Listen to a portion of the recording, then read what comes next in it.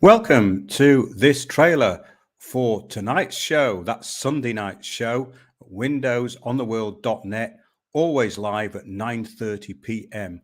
I make these reminders because we do not really use YouTube anymore. Most of our stuff goes to Odyssey, and that's because we've had lots of shows removed from YouTube and community strikes. Yes. So we are not using YouTube much anymore. Do go to windowsontheworld.net, the homepage. All the links to everything is there. And our live shows page is where the live shows are streamed every 9:30 p.m. Sunday. So tonight's show is called The Memory Hole, and it's about the loss, the forgetting, and the destruction of history and even memory. Have you noticed that a lot of people's short and midterm memory seems to be almost non existent? We're going to go into the reasons for that and why it is actually being used as a social engineering device. In other words, this is deliberate, and it's not just the way that people are absorbing knowledge. It's not just because they're scrolling through things all the time. There are other drivers which are wiping out people's ability to actually remember their own history. This is a fascinating subject, and it was brought up in an email by one of our listeners, and we had this email exchange, and it's inspired me to do this show because he was talking about how people in stores and generally sort of service industry jobs don't really know anything about what they're doing. And we then got on to this phenomenon of memory loss and the memory hole. Now, the memory hole was actually George Orwell, 1984. It was where things were actually forgotten about and chucked down the memory hole. So, in other words, they wouldn't exist anymore. They could be wiped out of history or changed. And we're seeing that. This is a fascinating area. And we're going to go into what memory actually is. Because, for instance, you can't consciously remember something. If you try and remember something, it's usually when you stop trying to remember it that it comes up. Same with solutions. You're looking for a solution for something and you're racking your brains. When you stop racking your brains and you're in a free moment, it usually pops into your head. So none of this is like a computer program, despite what the globalists would have us believe, because computers have been found not to be cognitive in this kind of respect. In other words, it's information in, information out. If it's there, you'll find it. Not the same with memories. However, what I've noticed is that recently I'm getting photographic memories of events that I didn't even know I'd remembered. So it means that all of these memories can be accessed. And we're going to go into the way that that's distorted through things like psychotherapy, which actually bring in false memories. So, in other words, people imagine that they've actually done things which they haven't. And there's been several court cases which have highlighted this.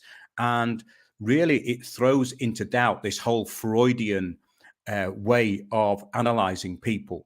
And I read a book years ago called The Psychological Society by Martin Gross. It was brought out in, I think, 1976. And it said that basically they were creating a new type of Westerner, a totally neurotic type of person. And we can see the results of that everywhere. So I'm going to be going into that on a lot more tonight. We're also going to be talking about this operation, which came about through false memory syndrome, called the Mandela effect or the Mandela effect, based around this idea that this woman who was doing a lecture thought that Nelson Mandela had died in prison in the 80s. Now, I don't remember this at all. I remember him being extremely over promoted and made to be out as some kind of hero and songs sung about him. I never remember that. So that is definitely false memory syndrome. However, I'm going to give you examples of things that aren't discussed as part of this Mandela effect, which are true. So in other words, it looks like this has been done just to focus on trivia. In other words, film lines in films that have been changed. And of course, the reason they were changed is because they're said out of context. They have to be changed slightly. It's like the play it again, Sam in Casablanca, where Humphrey Bogart just says, play it, Sam. But Ingrid Bergman had actually said earlier in the film, play it again, Sam. So in other words, if you just said, play it, Sam, you wouldn't know what it was meant to be about. So it's the same with these quotes from Star Wars. We're going to get into that because what they do with this Mandela effect is they give the most banal examples, nothing historically important. I've seen, I'm sure there are examples of that people have brought up, but then again, it's probably not part of this operation.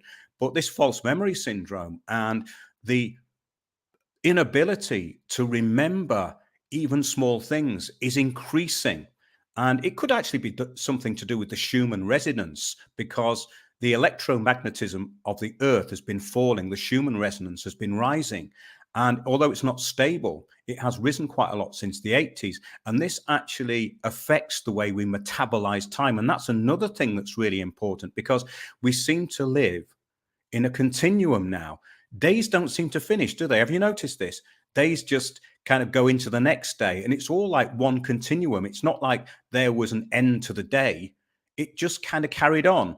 And I've spoke to other people about this and they're experiencing it too. And I think it's something to do with this possible information overload, but more likely something to do with the way that the Schumann resonance is speeding up and the electromagnetism of the Earth is falling. I found that very interesting. I was looking into it years ago, but tying all these things together is quite interesting because what you find these days, I don't know whether you've found this, but I go into a small restaurant and the staff there usually look very attentive. But what I found is if I order 2 or 3 things, the second 2 things don't arrive. And it's almost like they haven't heard what you've said, or they've blocked it out, or they've forgotten it. And this is not just an isolated case, it's happened quite a lot. And I've found other examples of it. It's almost like people can't keep 2 thoughts in their head. And this way of thinking ahead, which people used to do, I don't know whether you remember, but if you used to go into a bar years ago in a very good sort of establishment where the staff were well trained, they could serve 2 or 3 people at the same time and remember everything. So, oh, yes, sir, you had a gin and tonic. Yours was a pint of bitter, wasn't it? Yes, and I'll get yours. You wanted a Britvic orange. Yeah, they do that. But nobody does that anymore.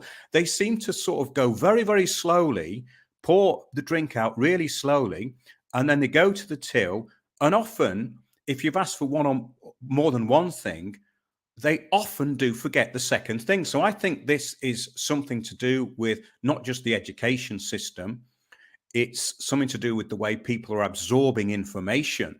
And I think the internet and scrolling through phones in this continuum where there's no beginning or an end really does interrupt memory. But conversely, everything can be remembered. As I said earlier, I've had memories which I didn't know existed. I remember the incidents when the memories come up, but it wasn't stuff that I'd ever consciously remembered. So it must mean that everything is in there photographically. And that's another thing about photographic memory, which I find fascinating. Often the things that come up as photographic memory are not important at all. They're just times when you were obviously in a complete state of open awareness and able to take this in without any other thoughts coming into your head. And that's another thing we're going to go into, this state of open awareness to actually increase memory and to experience things in a much more vivid way, because that's another issue that people tend to be going around in a very distracted kind of haze of mass information. And it's very apparent when people are scrolling through their phones, nearly getting run over. And you see this all the time. So what it is, it's a lack of awareness that's doing all that. So I'm going to get into all that tonight and hope that it's interesting to and useful to people out there. And I think it will be. I'll just have a look at some of these comments.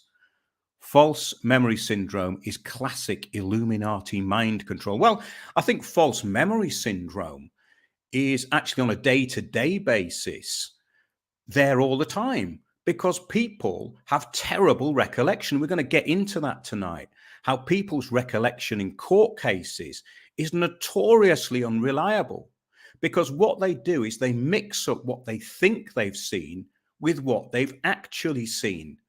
And they're obviously not fully cognitive. Now, I was in a court case a few years ago, and my testimony differed from the prosecution witness. The prosecution witness actually was the only witness, and the prosecution witness was on drugs and drunk. out of her mind. So her testimony should not have been allowed, but it was allowed into the court. And the prosecution witness who was related to her actually gave a very different testimony from her, yet the person accused was still convicted. So there's a real big problem with this in court cases, because it actually comes down to what the jury want to hear. The truth doesn't actually matter. And we are in a post-truth world, and that's also a part of what we're going to be looking at. The way that people do not actually look into things in a way that is investigative and focused. In other words, because we live in a society now where feelings actually rule people, and how they feel about things is input through the media, their lack of cognitive abilities is absolutely going downhill. Someone said my memory is getting worse, but I think you can actually do something about that, because I think it's to do with living in this continuum, because I've thought that sometimes. But then again, these exercises that you can do for recall, and if you even try and go back into a timeline, things will come back together.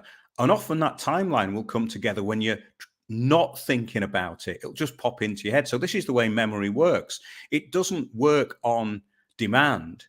It works when it's ready to come back. And that is very fascinating. Trust your gut. It never lets you down. That's very true, that, because in the past, whenever I've gone against that and said, well, let's just go along with it for now, it's always been right in the first place. But I think that's something that you have to train yourself into a bit, because you have to be open about it and not color your experience with things that have happened before. And of course, that's what happens to people who've had abuse. They tend to react very violently to things that may remind them of something to do with something that's happened, and those memories come up again. So this whole area is really fascinating, and I think that we could probably do a number of shows on this. Do have a look at our Odyssey channel, by the way. And also, I did a very interesting interview with Richie Allen last Monday, and that is linked on the website. It's also on our Odyssey channel, and there's so much in the archive. Our series, Protocols of Power, which is an 8-part series. We ended with evolution last week, how that is really a driver of change and control, and a nonsensical one. And this week, we're going to get into something else that really matters, which is how our memories work, and why the memory hole of history is something that needs to be avoided. There needs to be people on this planet who record things. And we've been talking about that a lot recently, people writing things down. Writing things down is a great way of remembering them. And also, when the electricity goes off, how we're going to retrieve all this stuff. We're only going to have what's written. And in thousands of years' time, what's going to happen if there's a big catastrophe? The things that are going to be found are things that are written. What did we find in Sumeria? These little stone cuneiform tablets, because they survived. So a lot of the stuff that's on the blogosphere and the internet is actually going to disappear. And yeah, I've been thinking about that quite a lot. Like, we've done a few shows on it, so I won't dwell on that one. I'll look into that. Cheers. Yes, it's true, though. You can improve memory. And I think a lot of it is to do with lack of confidence. You think, oh, I can't remember that. But if you actually work on it a bit, you can. And a lot of it's to do with being distracted. I mean, I only ever lose things if I'm in a rush. And you only ever make those sort of mistakes when you're in a rush or you're distracted. If you are actually going at your own pace, well, I don't know about you, but I never forget things. But also, as far as memory goes, it's all in there. And yeah, I've been able to access photographic memories of the past, which, as I say, I didn't even know about. It's quite fascinating that. Maybe it's something to do with the way time is actually speeding up, and it's all getting a bit mixed up in the way that it's coming out. It's fascinating stuff, this, I don't want to be on here too long, but I'm getting quite interested in talking about it now. I have everything can be remembered from natural law. Well, I think everything can be remembered if you understand what memory actually is and what it isn't, because that is, I suppose you mean following the natural situation. Yeah, of course, exactly. I mean, there's lots of interpretations of what natural law means these days. It was actually part of a description for um, old law. Really, it's. I don't want to go into that now. We'll be here all night. 2030 agenda is going to kill us. Are you sure about that? I don't think it's going to kill me, because I think there's some of us are one step ahead of it. I think these people are not quite as clever as they think. The technocrats are actually not very intelligent at all as far as real intelligence goes. And that's what we're talking about here, I think, real intelligence. How's Gonzalo? How's Gonzalo? Gonzalo, go to our Discord group because we all chat in there. I'm not in it that often, but people put things in there. Yes, everyone's okay. Everyone who's sort of contributes and is part of Windows Towers is usually in our Discord group. So have a look in there. It's good for information. I mean, some people post news items which are relevant, but some interesting conversations start. And it's the best way to engage with information from the shows because we have a Windows on the World page where we can talk about things from the shows. And this stuff I find fascinating. And that's why I value the audience we have, because they constantly surprise me with things that they come up with. They're a very thinking bunch of people. And that is what I wanted to start with the Protocols of Power, an outbreak of thinking. A real outbreak of thinking, because looking at the rest of the media, all of it, that is, I mean, I think I mentioned this on Richie's show, and so did he, about this created alternative media that's been allowed, which is just waffle. And I've had enough of waffling. I mean, there's no time for it anymore, even though I'm doing that now, of course. But do join us 9:30 p.m.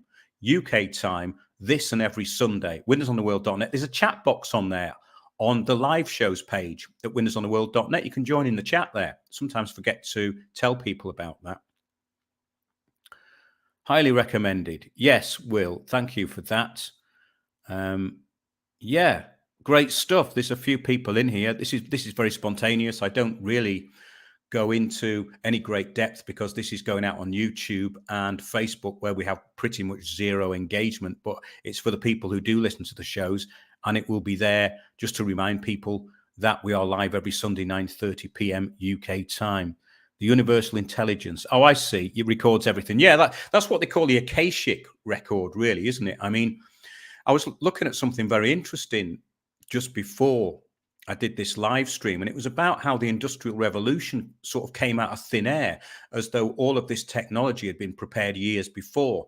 And it was also about the history of things and how history is given to us and how we remember it. So this is a fascinating field. And I think if people work on this sort of thing, you can become more of a master of your own destiny and a master of reality, because reality is so important. People are living in arrested development now. They are being put into a state of hypnosis, which is regressing them into acting. Well, I don't want to insult children, but maybe, it's regressing them mentally. I'm seeing it. And that's what seems to come up time and time again when people email me. And that was the inspiration, if you like, for tonight's show. So there's no escape for anyone. Well, I don't know about that because I feel pretty free. I mean, you can be trapped inside these constructs which are being engineered, or you can see the bigger view where they don't exist. And that's not to sound cosmic and new agey. It's that your own awareness is your own awareness. And if you let it get sucked into this, I think we talked about this on Richie's show as well. Like, there's a tendency that everyone has who's interested in information to sit there all day sifting through stuff. Now, once you know how this system works, and you should if you keep looking through this stuff and digest it properly and edit it, then you don't have to keep looking over and over again at what these people are doing. It's like all this stuff that's coming in from the pandemic, the results of that, and these doctors going over and over this stuff. In the meantime, the globalists are onto something new. Remember, this is a constantly changing system where these people are leaping on everything to use them as drivers of change. That's why, of course, all of the alternative media and its memes have been captured. Everything's captured. It's the communitarian way. It came out of communism and it takes over everything. It infiltrates and takes over everything. I said this recently as well, that when I was in the UK, I found the UK to be the most infiltrated country in the world, and the people there don't know it. The infiltration into everything is pretty much complete. So you have to think outside the box. There's no point going back into what's already been given to you as the rebellion, the revolution. The revolution's been taken care of. The real revolution is a revolution of awareness and finding out what makes these limited people tick. And we've been doing a lot of that in the protocols of power. Yeah, I'm seeing it too. I'm glad you are, Stephen, Truth Seeker. That's great. And let's have some more, 9:30 p.m. Thanks a lot, everybody. I might do a live stream during the week. And I'm going to start uploading some Spreaker shows I was meant to do on this week. I did say I was going to do it, but it will be uploaded Monday or Tuesday. I'm going to upload some interviews that I've done and some insights into some of the skullduggery and nonsense which is being put out there, because I always like to balance the books. The books have to be balanced. So great. Okay, thanks everybody, and see you 9:30 this Sunday, every Sunday, 9:30 p.m. UK time.